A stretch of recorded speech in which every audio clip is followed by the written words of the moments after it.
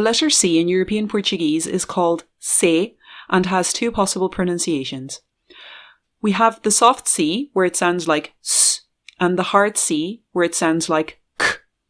So how do we know when is which? Well, that's very simple. It's determined by the letter that's following it. So that means if C is followed by O, L, U, N, A, or R, then the C is pronounced as a hard K sound. So maybe you can think of this as the O lunar rule. If the C is followed by the vowels I or E, then it's always a soft S.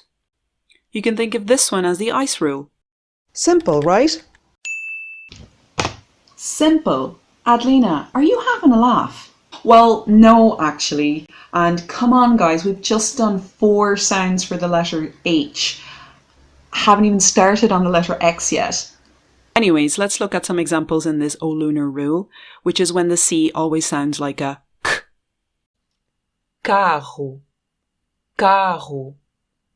Copo, copo. Curto, curto.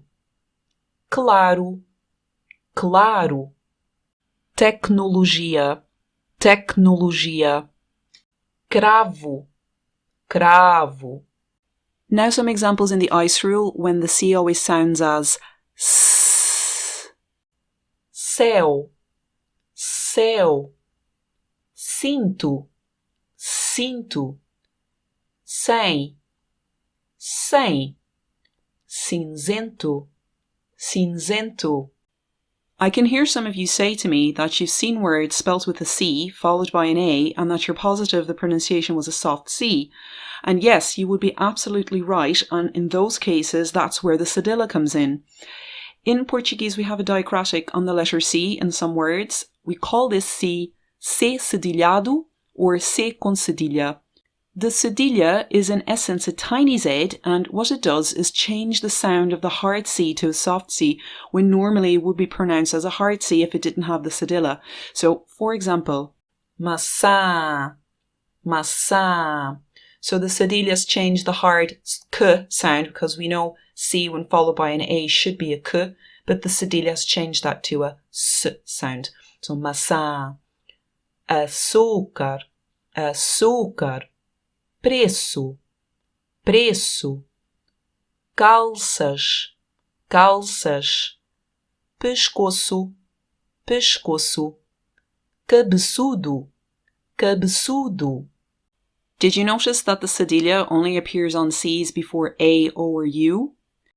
C cedilla L, C cedilla R, and C cedilla N do not exist in the Portuguese language. If you're ever unsure how to pronounce a C with a cedilla, then rest assured it's always pronounced as S. But if you're ever unsure when writing Portuguese if a C has a cedilla or not, then listen carefully to the pronunciation of that particular word.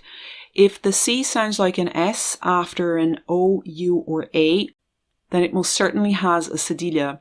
And this is why I like to call this particular rule the ouça rule. Ouça means listen in Portuguese. So let's recap. O lunar rule, C sounds like K when followed by O, L, U, N, A, or R. Ice rule, C sounds like an S when followed by an I or an E. Ouça rule, if the C sounds like an S when followed by an O, U, or A, then the C has a cedilla. You see? Simple.